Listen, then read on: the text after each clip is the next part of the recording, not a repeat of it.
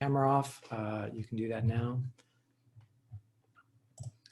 Let me just introduce myself. My name is Jeff Beatty. I'm assistant professor at LaSalle in digital arts. I am being assisted ably today by Tara Karlemke, who organizes the Explorer Cafes, among 1,000 other things that she does here. And then also by Divine Jones, who's one of my star Dart students. So he will be helping us with the conversation today. And then we're also very fortunate to have as a guest the animator and director of the first film that we're going to be screening, Lynn Tomlinson. So she's joining us from, I'm assuming you're at your house, or are you on campus? Okay, but she teaches at the University of Towson, and also happened to be my professor and mentor when I was at UArts. So I'm going to share my screen here to start the presentation. And but just to give you an overview, we're going to be screening 2 different films that have they use kind of similar imagery, although they're using very different techniques, and they're using this imagery to describe different sorts of kind of physical and cultural forces at work in our world today. So I'm going to get started here, and hopefully the sharing will work. Okay, so can everyone see my presentation here? It's a series cartoons, Explorer Cafe. Okay, great, thank you. That's good. I don't know how many times I've been in class, and I start talking blah, blah, blah, blah, blah, blah, blah. And then they're like, about 3 minutes later, a student will pipe up and say like, we can't see what you're doing. So I always have to check now. So I call this series of Explorer Cafes. I did one I believe in the spring. And I hope to do one, mostly every semester. I call this series cartoons.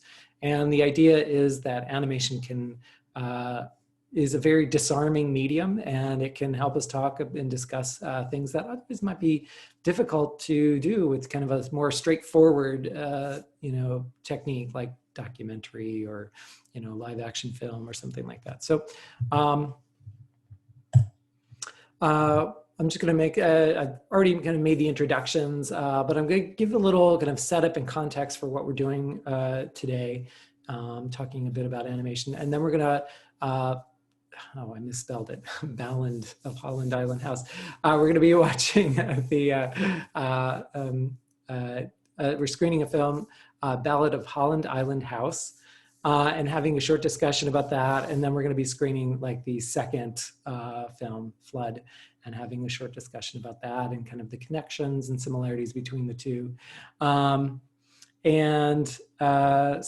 that's how it's going to go. And then with each of the films, what we're going to be doing is I will play it through Zoom, but I will also put the link in the chat, and you will probably get a better experience by clicking on that link and watching it individually. And then so I'll be playing it in Zoom, but probably at that time it makes sense for you to kind of watch it on your own, and then we'll return to Zoom and kind of. It seems like we're in a small enough group that we don't necessarily need a breakout session, so we can just kind of talk as a larger group, and then go from there. Okay, so I love animation because it's such a broad and versatile medium.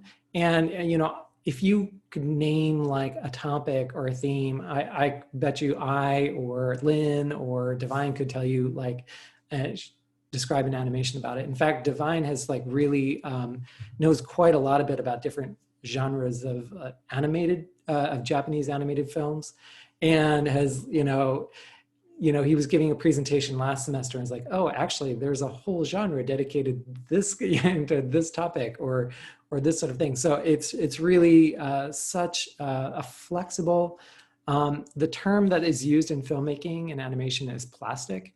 And that doesn't necessarily mean like literally plastic, but plastic in terms of flexible and kind of can mold itself to pretty much anything.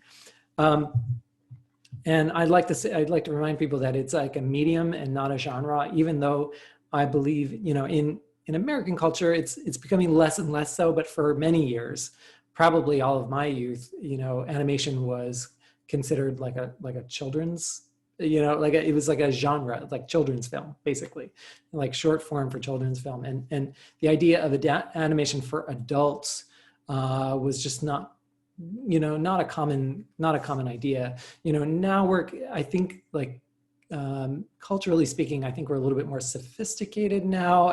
We can see that animation is being used to tell everything from like G-rated stories for like 3 and 4 year olds all the way up to, really, really adult content.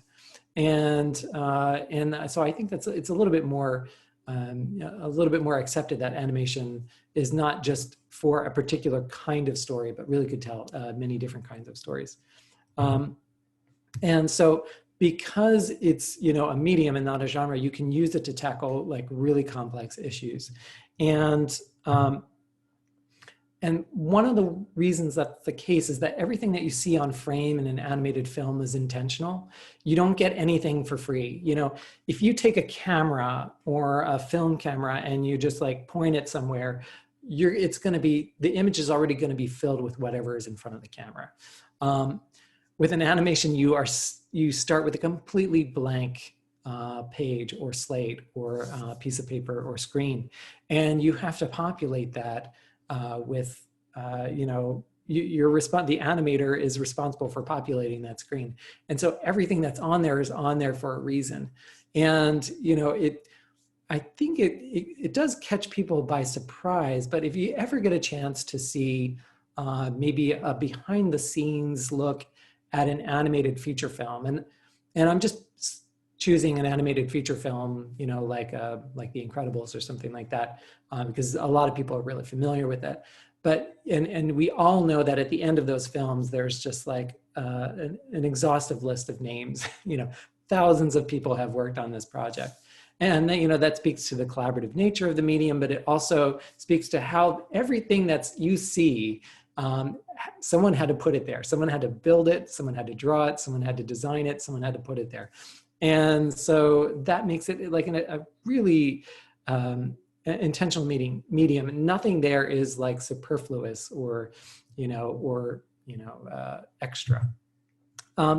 Another reason why it's really good about, for these things is that it is about both like simplification and exaggeration. So animation has this kind of dual quality. If you think of like a metaphor that a friend has used is the metaphor of lace. So if you think of lace as kind of like clothing, it both obscures, but also like emphasizes at the same time. Animation similarly, both simplifies things because we can't or we don't, or it's not necessarily a great idea to make things photorealistic, but at the same time, it can highlight and exaggerate and emphasize certain things. And it's like an especially good medium for doing that. The simplicity can serve to highlight what's important. Because it's also so flexible and plastic and changing, it has this ability to kind of morph and change in a way that real life can't. You can make visible, otherwise invisible connections. You can make literal, like, some kind of metaphor. And so I say that poetic metaphor is the currency of animated film, right? So what we're going to be seeing today in these two films, we're essentially going to be seeing metaphors come to life. And this is what these films are based on. So we're going to be looking at two films today. And the first one is called The Ballad of Holland Island House. So this is a photo of the house that's at the center of this film.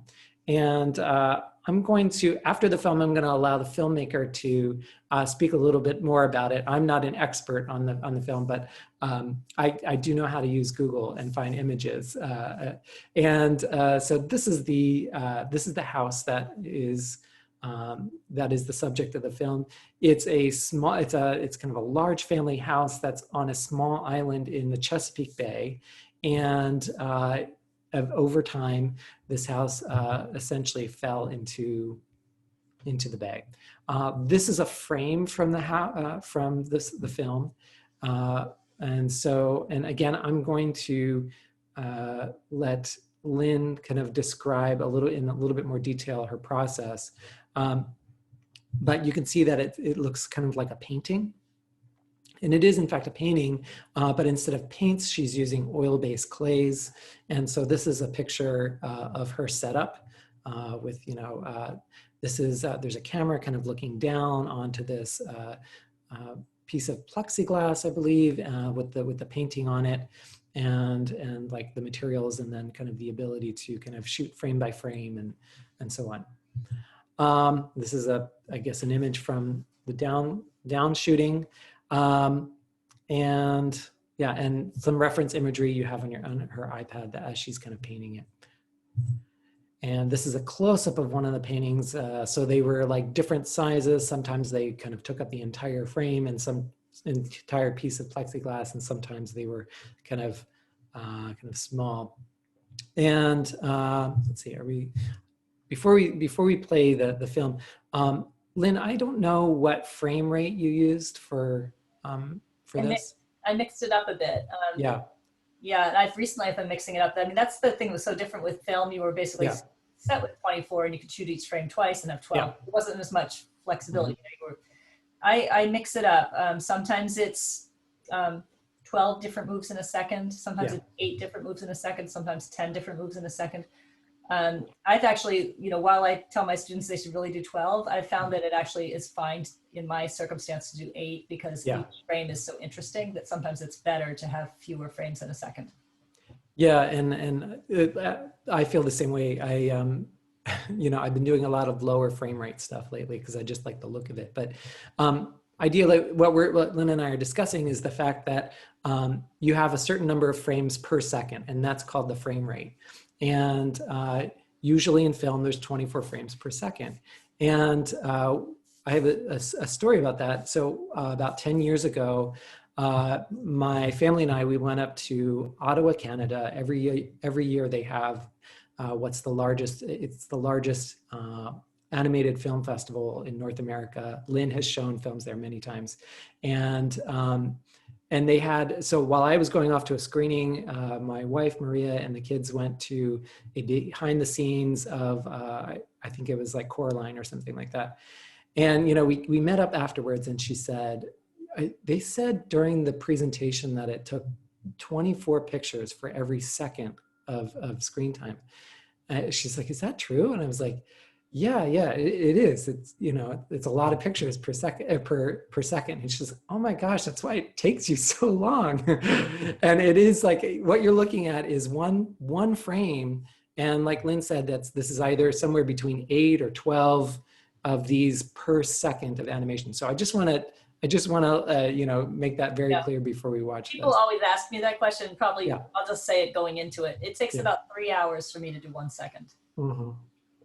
And you're fast too, because you've been doing this. I mean, it sounds slow, but it's, what's good is it's all colored and finished when it's done. It's not 3 hours, then I have to hand it to somebody else to color it in. Yeah. It's 3 hours and it's.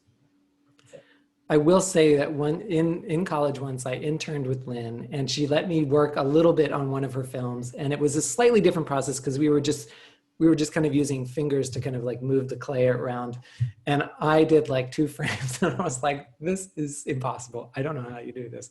So she is like especially patient and good at this. So I'm gonna move on to the next frame. Okay, so this is the link, and I'm going to share that with you. I'm going to put it in the,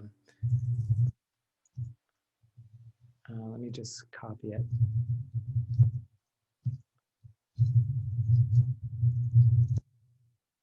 I'm going to put it in the chat. Here it is. And make sure I'm sending it to everyone here. Okay, so that link that I put in the chat is for the film. So what we're going to do is I'm going to mute myself. I'm going to play the film through here, and And then this is about four plus minutes long. So in about 5 minutes, we're going to return and have our discussion. Okay.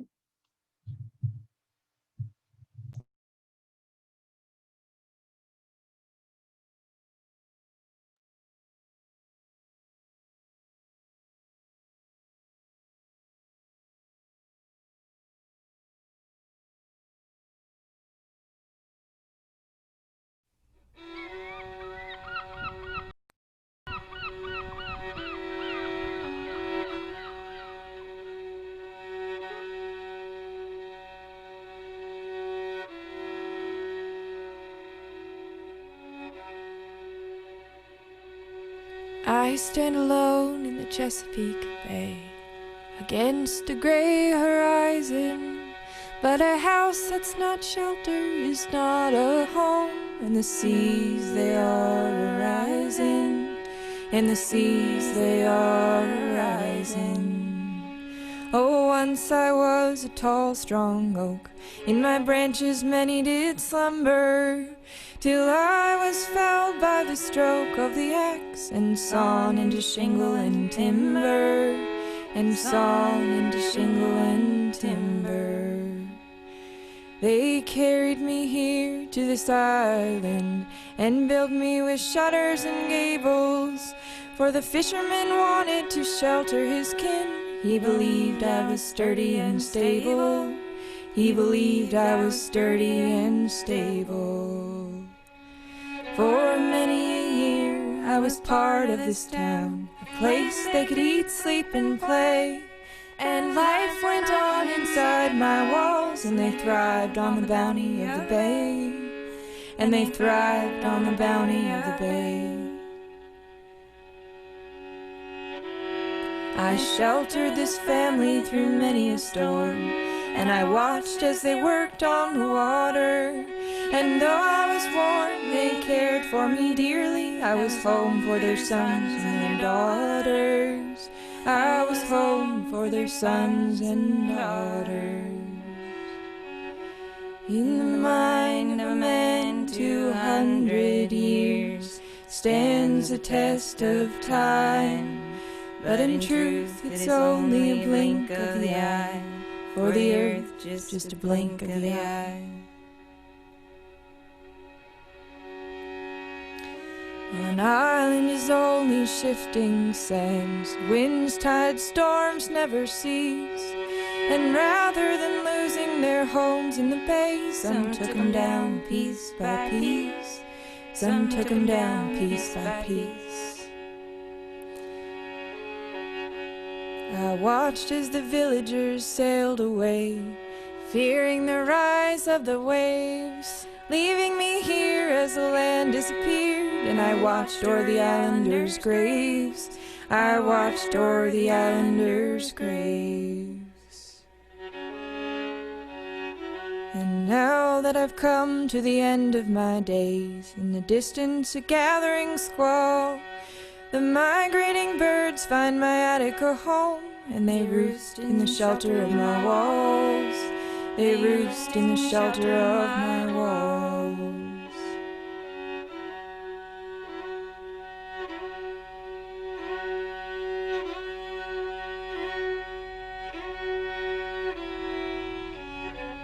Lost house, lost home, lost island, disappearing on the horizon.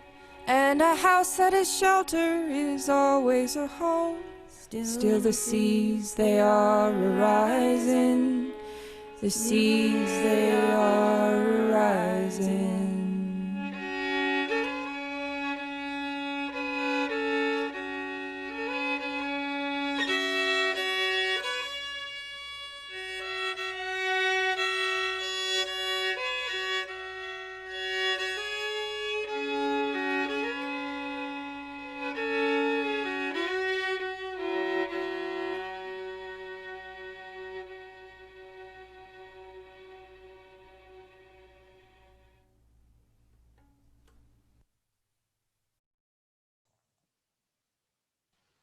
Wow, that's beautiful.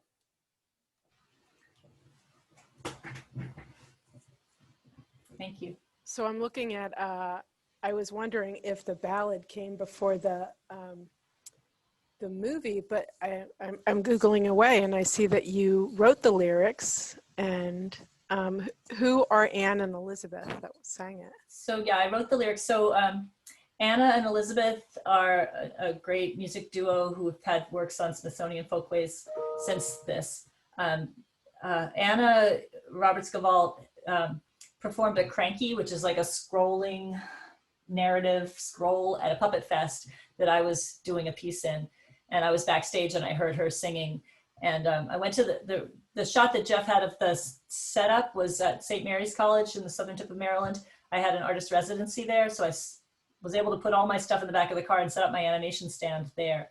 On my first day of my residency, I really just decided I wanted to do something set in the Chesapeake Bay, and I had an inkling about this house, but not much more beyond that. And so I met Anna at that Puppet Slam, and I asked her if she'd help me with the music, and she said, sounds like you want to do a ballad. So that very first day of the residency, first of all, my son Sam, who's a writer who actually wrote the song for my more recent film, he was in high school at the time. He helped me storyboard this. He's sort of a narrative consultant on this piece. He helped me kind of come up with the circular narrative. So just with that on a thumbnail storyboard drawn on a napkin, I Skyped with Anna, and she said, sounds like a ballad, why don't you do some research? So I researched the ballad form. I wrote the lyrics down, sent them back to her that very same day. And so by the second day of my residency, she'd sung it into GarageBand, and I had a rough track to work from. So she made up the song based on sort of, classic ballads. So she composed the music, and then she and Elizabeth performed it again. The second time they performed it, I didn't like it as much, and I got really scared that, the first time I heard it, it had been the take and I'd never get it again. But she said, don't worry, we're professional. So we sat down and she managed to do a really great recording. They did that wonderful recording that ended up having the sort of same energy that the first one did. Yeah, it has a great shanty, an old sea shanty quality to it. It's beautiful, both the ballad and the movie. Thank you.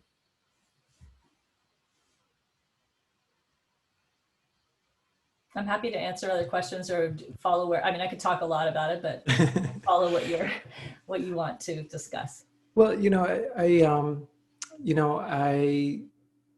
I definitely wanted to touch on your choice of medium, because even though this is a medium that you're comfortable with the clay, that you've done films in other styles and techniques. So what was it, something about this particular technique that... Yeah, and actually this is something new. The technique I did was new to me because I'd done clay on glass for many years, but I always underlit with a light shining up through the clay and the incandescent light warming the clay to keep it malleable. So I had brought the light with me on my trip down to St. Mary's. I assumed I was going to do it that way. But a few times in the previous years before this, I had tried top lighting, which gives the clay a much more of an oil paint look and less of a watercolor look. And I did an underlit scene and it just wasn't clicking with me. So I thought, let's try top lighting. And luckily I brought an hors d'oeuvre warmer, which is this tray I have back here. It's like a metal hors d'oeuvre warming tray that I keep about a foot underneath the glass. Luckily I brought that with me. I put it underneath. It was able to keep the clay warm enough to be malleable, and I top lit. And it was the first time I'd ever really top lit something beyond just a few seconds. And that, I think now my next film was also top lit. I think there's a whole different quality to it. It's medium, but just that little tweak makes it have a lot of different details that are different about how you use it. So it was an innovative process for me at the time to do it top lit. And so that's also a good reminder. We should always keep our hors d'oeuvre warmers handy in case we need that. Jason, never throw anything out. Yeah, put that on your registry there, Jason. Hors d'oeuvre warmer. So it looks like I'm sorry. That you tried these new things. So do you try to challenge yourself regularly to try different things, not just in terms of topic, but technique, music, all that?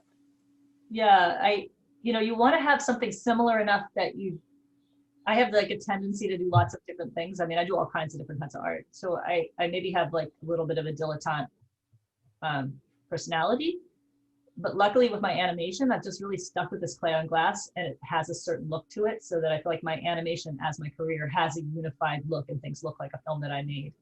That's really one of the things that having a specific medium has helped me to do, because otherwise, I mean, I've made mosaics, I've done all kinds of other kinds of artwork, but within my animation, I've really stuck with this. I love the feel of the clay. I love the way it looks. In my most recent film, I did try another technique. And sometimes I'll do other kinds of projects, especially in teaching, where I push what I'm doing and try different things. Like I just did a 3D film that was supposed to be a planetarium dome film, but we couldn't go in the planetarium because of the COVID pandemic. So instead, my student turned it into a 3D film. And that was using an iPad, and I've been really interested in the iPad. And right now I'm making a music video that's not going to be clay on glass at all because it's just too time consuming.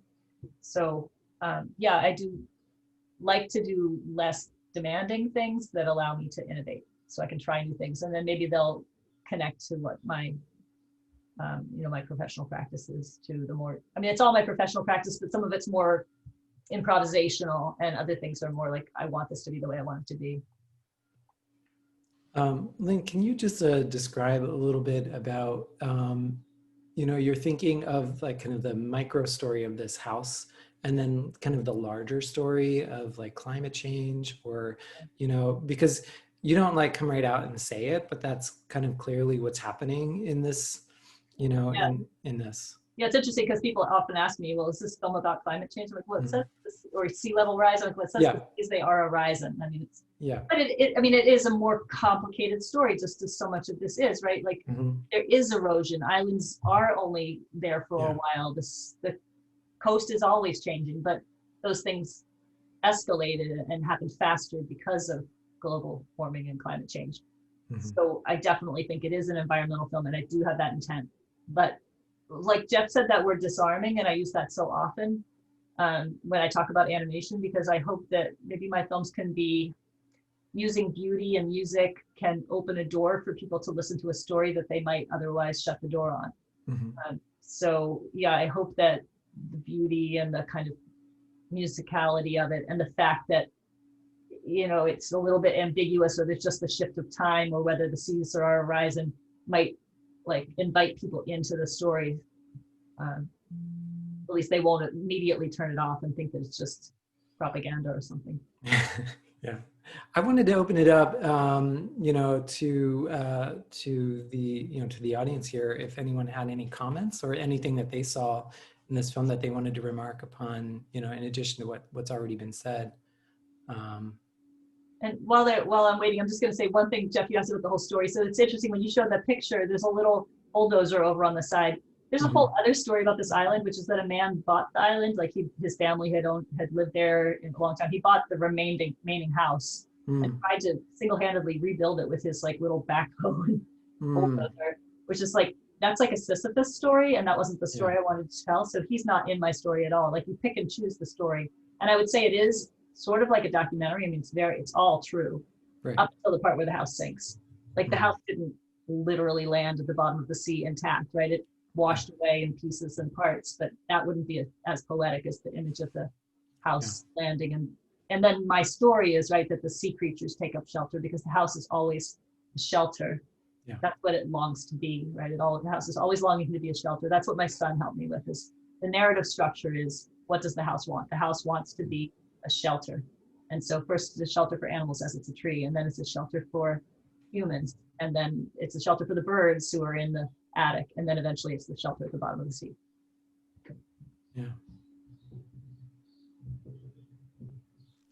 Well, you just ruined it for me now that I know that the little fish and the turtle aren't living I think it's a great film. I was wondering, I always love the behind the scenes. I was wondering, so do you start like, all right, here's the very beginning, and then walk all the way through it? Or is there any kind of editing involved? Yeah, no, it's basically from the beginning to the end, which is what I kind of love about this process. Like, I really don't like doing the other kind of animation where you go back and fill in the in-betweens or something like that. I like plow right through. And also with having a song, like that song gives me the structure, and I start at the beginning of the song and I work to the end of the song. There's very little editing. The places in this film where there's editing is when the house sinks. I came home at the end of that day, and like one bubble had gone up and the house was like halfway down to the bottom. And I played it over what I'd filmed that day, and I thought, somebody's called it the money shot. Like, I'm like, this is the good moment where the bubbles go up and you see the house through the bubbles, and like, this has got to be a little longer. So I went back, erased some of what I've done, picked it up from the bubble. Like, I think the house had already landed in the bottom, and I went back and elongated that section. So that was, other than that, very little of my films ever end up on the cutting room floor because it's just too time consuming. In my more recent film, there was part that I kept having to redo because it was just a hard moment to film, and I couldn't, and I ended up making that a simpler animation style so that I could try different approaches. But yeah, usually it's just, you know, you don't want to throw out 12 hours of work really if you can avoid it. Yeah. And that would be, you know, a few seconds, right? Yeah. I have a question. I thought it was beautiful, both watching it visually and the music, the layers of music. I love seeing them with the textures and the layers in the film. Can you tell us, I'm an art historian, so, you know, I'm watching this and seeing Van Gogh's Potato Eaters, but with crabs. I love that Chesapeake Bay reference. Yeah. Some Winslow Homer. Can you tell us a little bit about the art history visual references you put through there? Thanks, yes. So yeah, I call them the crab eaters. So I actually took that picture and then I found images of people having a crab feast. And I collaged those together just using After Effects, like a sort of a video mashup instead of a storyboard. And I used that. You can literally bring the video in so you can see a kind of shadow of it behind what you're animating. And I used that image to craft my painting. So yeah, you saw that one, and Winslow Homer. There's quite a few Winslow Homers in here.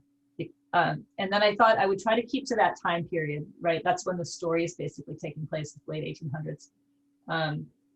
But then I also put in Wyeth, even though that would be a lot later, right? Because Wyeth is really good at giving houses soul without, you know, I wanted this house to feel like a character, like it had a personality, but I didn't want to anthropomorphize it at all, besides having it sing the song, right? So I wanted to sing the song, I wanted to look like a house, but I did think of the windows as kind of eyes, but in a metaphoric sense, like Jeff said, like, you know, you look out through the eyes, you come in through the eyes. So the windows are the eyes, and then, yeah, so there's a few Winslow Homers. There's the boy sitting on the boat. There's the kids running into the house right before we zoom in and see the potato eaters. That's also Winslow Homer. I think there's maybe 3 or 4 or 5 Winslow Homers. And if you're interested, I should send you a link to my new film because that one has lots of Hudson River school painters. I would love to see it, yeah. And I just want to say that I did send Lynn. I did send your Monet the VR piece onto Dr. Conity and Dr. Moriucci in our history program, so they have gotten a chance to see that. So, sorry, one more painter. Yeah, sure. Artist. I don't know how to pronounce it. Katakovitz. K-A-T, Katakovitz. Because I was on this residency and there's one other artist in the building with me, and I was very isolated. And at some point I realized I was having all men artists that I was referencing, and I didn't want to do that. So I looked at Mary Cassatt, but they were all too like affluent looking and healthy. Happy, yeah. So I needed somebody who felt like they could be living on this island in the Chesapeake. And my the fellow resident said you should look at the engravings or etchings by Katakovitz, and I found that one where the mother's kissing the baby, and that's that. Yeah. Mayan, did you have a question? Yeah, go ahead. Yeah, just more of a comment and reflection. I really enjoyed it, and I was from the beginning. It just felt so emotional to me. So like sadness and despair, and it was so beautiful.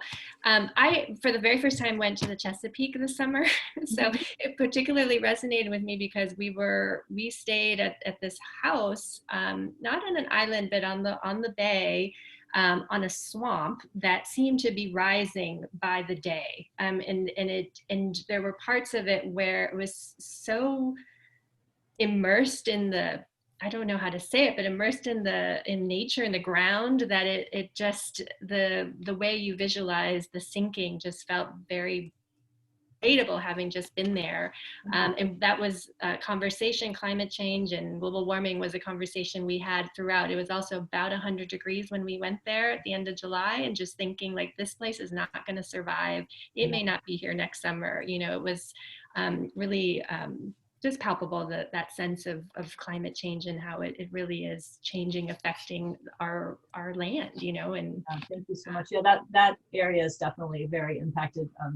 There's some documentaries it's been paired with at the Chesapeake Film Festival. A couple of times they've shown this film because it so, you know, relates to them. One's called like High Tide in Dorchester. A whole county is basically the waters coming up. Another topic I might want to do for a film is about these ghost forests too, where a whole forest dies inland because the salt water has killed the roots off of the trees, and so you just see these. Probably there's a, you know, up in New Jersey, I know there's a bunch. I don't know if there's probably, you know, you guys, if you headed east, you'd find like these forests that just die off because the salt level rises, even though you don't see the water rising. So I think that's kind of interesting. Also, the idea of a ghost forest. So yeah, I mean, I look for environmental stories with non-human perspectives that I can bring to life to try to tell these stories. Thank you. I also appreciated our historical references, like Siobhan. Yeah. I was thinking Colwitz, I was thinking Wyeth, I was thinking Van Gogh, so those were fun to see. Yeah, thanks. Okay, so I want to move us on to the second film because I want us to have some time to kind of watch that and then kind of compare and contrast. So I'm going to hop back over to my PowerPoint here, and let's see if I can get this to show up here. Okay.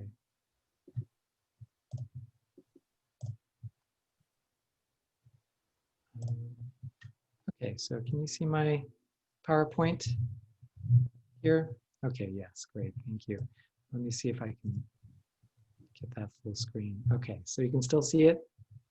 Okay, great. So this is a shot, kind of a behind the scenes shot of this next film, which is called Flood, which is a film by a filmmaker, a Canadian filmmaker, an Indigenous Canadian filmmaker named Amanda Strong. And I had seen one of her films at the same Ottawa Film Festival. It was 2018. I saw one of her films, and it was really kind of amazing stop motion film. She often touches on themes of like colonialism and kind of the tension between Indigenous culture and European culture. And she also uses a lot of different techniques. So here we see an example of shadow puppetry being used. And so she's using a mix of shadow puppetry and, you know, in this, but also kind of some traditional 2D animation effects, but also some 3D puppets and stop motion puppets, but everything kind of has like a very sort of surreal quality to it. And so this particular film that we're going to watch, it's about the same length of time. It's 5 minutes long. It's called Flood, and it deals with essentially viewing the kind of the flood of colonialism and its impact on the education of Indigenous people who have their own stories, their own history that they're trying to retain, but it's coming up against these forces of colonialism. So I'm going to put the link for that in, let me just get the link here, and come on, there you go. I'm going to put the link to this in the chat. And like I said, same as before, I'm going to start it and play it through Zoom, but you probably better to watch it on your own, and then we'll come back to it in about 5 minutes, okay?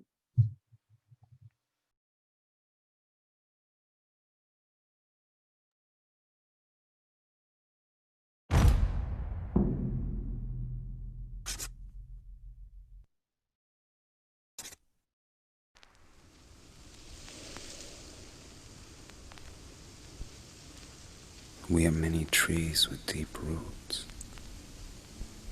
ancestry that speak truth, land lover grandmothers that are weaving stories for me and you mid-tree like the spiders do, with help from the wind. Orbs and spirals begin from tree to tree, branch to branch, from the web that they spin. We are all relative.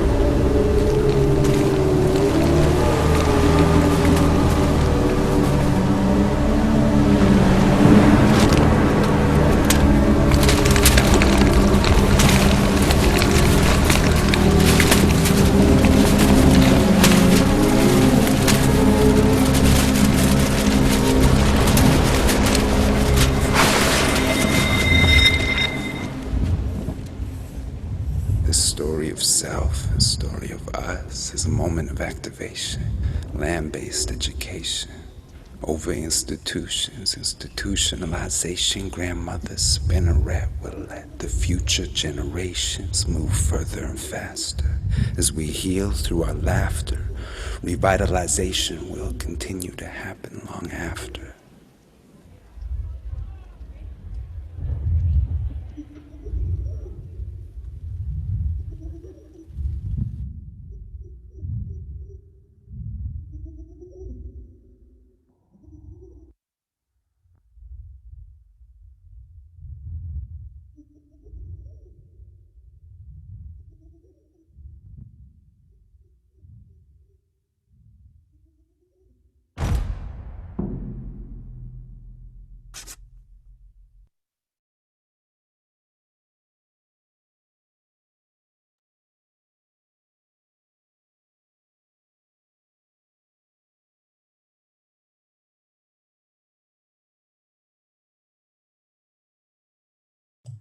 So hopefully everyone's got a chance to watch it. So, a couple things I want to say about this before, I want your reactions to kind of drive the conversation, but a couple things I want to point out just to give context. One is I would say that Canada is going through and has done a lot more work in regards to its relation at the government's relation to its Indigenous people. And so that conversation is a much kind of much more vigorous conversation that's happening there than it is here. So it's certainly a conversation that should happen in this country, but hasn't.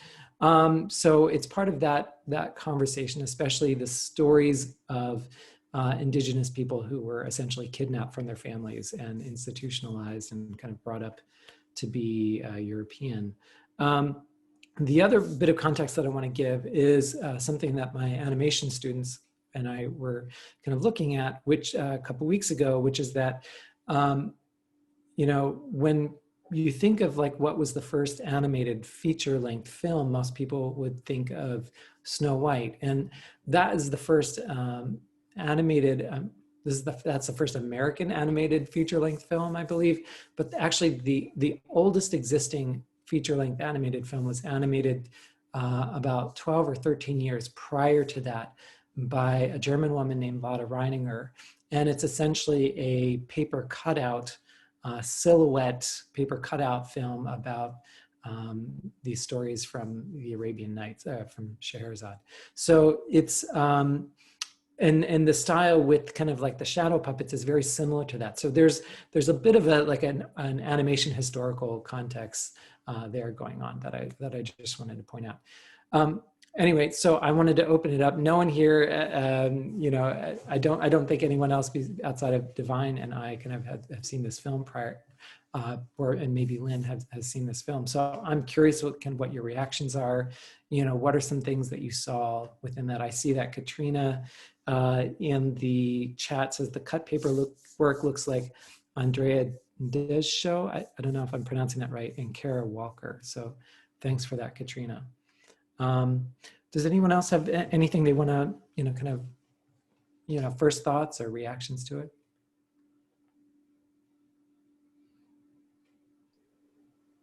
Is the creator doing a wider engagement with colonialism? Yeah, in some of their other work, they do address it. In the film that I saw, it was a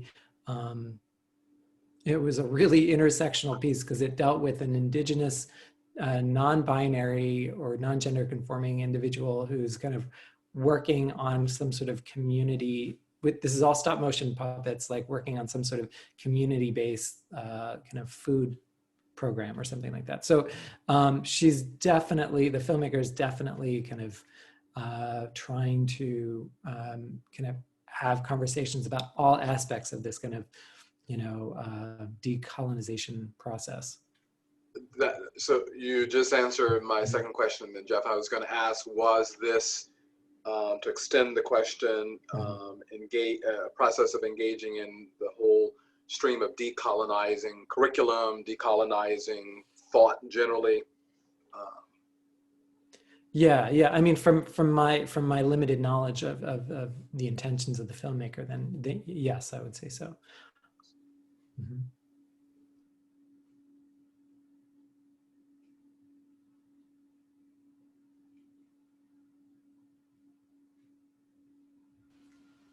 So many people here in Baltimore are doing these crankies, and it reminded me a lot of the cranky form, which are, like I was saying, that Anna Roberts-Gavalt, my musician, had done them. A lot of them have shadow puppetry involved because you might have a scroll and then move puppets in and out of the frame. And I'm wondering how much of this, it was hard. I watched it over Zoom, and you had sent me the link, but it's interesting to be able to tell the difference between something that is stop motion animated and something that is live action puppetry. Yeah. And I love that sort of strange boundary between them, because really, why is one animated and one not? Do we really care that much about it being captured live versus moved frame by frame? Is that big a distinction? So I like these films that kind of blur those boundaries. Yeah, and interesting that it's a Native filmmaker. I don't think I've seen too many indigenous films. Yeah, and there's definitely, you know, a push to kind of center those voices. And, you know, you've been to Ottawa, and they do really try and carve out space for you know, marginalized voices, at least from my experience there. Again, that's not something that's necessarily happening here in the US, but it's definitely happening there. So my initial reactions were, I guess, from a narrative standpoint, it was, it struck me, I guess, the scene in the water with the, I'm going to assume British in this case, right, figurehead, and the indigenous character clearly having a conflict, and that those conflicts were mediated with very different types of, we could say, weapons or armaments, right? Which, so not just to even make the commentary about all the maybe legislation was probably the more obvious kind of metaphor that was being used there, but also thinking about, you know, that kind of encounter of indigenous people with Europeans and how that conflict was waged very differently from both those perspectives because of technological differences, because of cultural differences, et cetera, right? So I found that juxtaposition very stark and thought-provoking. And then going back to your point, Jeff, about some of this work that the author has been doing in other spaces and bringing in conversations about like gender non-binary and other kind of things, you know, it just made me think about, especially in the last scene when we kind of see the scene of the child in the classroom and the ways in which both, not just in Canada, but also in the US, that education has been used to basically erase culture, right? And to implant and supplant that culture to kind of force a different type of culture on those children. And so that, from that perspective, two thoughts that I have are within the LGBTQ community, you know, there's a lot of documented evidence of a very different set of thoughts and conversations around gender and sexuality in different indigenous cultures in the Americas. There's a lot more evidence for like an expansive and inclusionary perspective about people who are either different genders or sexualities and how they are welcome and valued members of society as opposed to pariahs, which is a more European or Eurocentric perspective on the queer community, I'll say broadly. So I was thinking about that because personally, that's something I think about all the time. And then also as a Latino who is from an immigrant family, but who does not speak Spanish fluently, one of the kind of, again, personal struggles that I have is the kind of loss of language that happens even just in the immigrant experience, right? Which is a big conversation in the Latino and Latinx community in general, and the tension between different generations, because that loss of language is seen as a proxy for a loss of culture, right? So these are all like the types of conversations that I'm thinking about that we can definitely kind of imagine kind of American or more local versions of this type of conflict and process happening. So I just want to kind of like share some of my personal connections to what I was seeing. Yeah, thank you for that. Brother Ernest says, Jason's initial comment about different instruments of power reminds me of Jared Diamond's prize-winning book, Guns, Germs, and Steel. And thank you for that. And then Katrina says, I feel you, Jason, on the loss of language as a Latina. Yeah. Yes, so Divine, I wanted to, I'm sorry to put you on the spot, but I wanted to give you an opportunity to chime in because you have like essentially, I feel like an encyclopedic knowledge of contemporary animation. And I was just kind of curious whether you saw any connections between these films and stuff that you've seen kind of recently.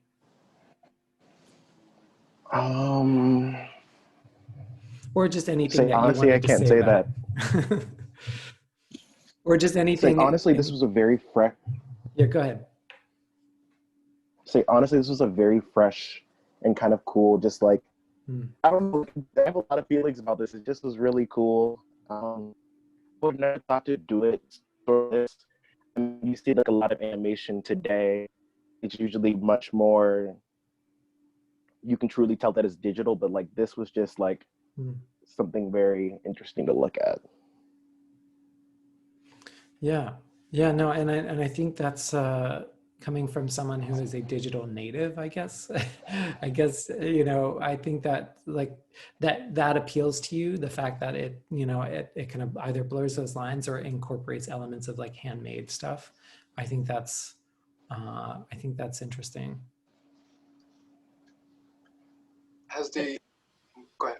No, you go first. I was wondering, Jeff, yeah, has the idea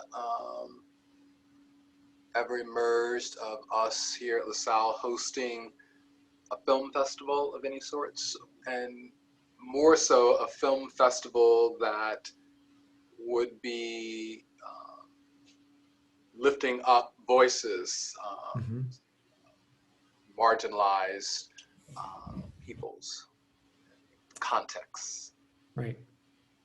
Not that I'm aware of. I know that, different parts of the university have kind of waded into filmmaking in various ways. Like digital arts is not like specifically a filmmaking major, and communication is not necessarily like a filmmaking major, but we do kind of like, kind of wade into that water a little bit.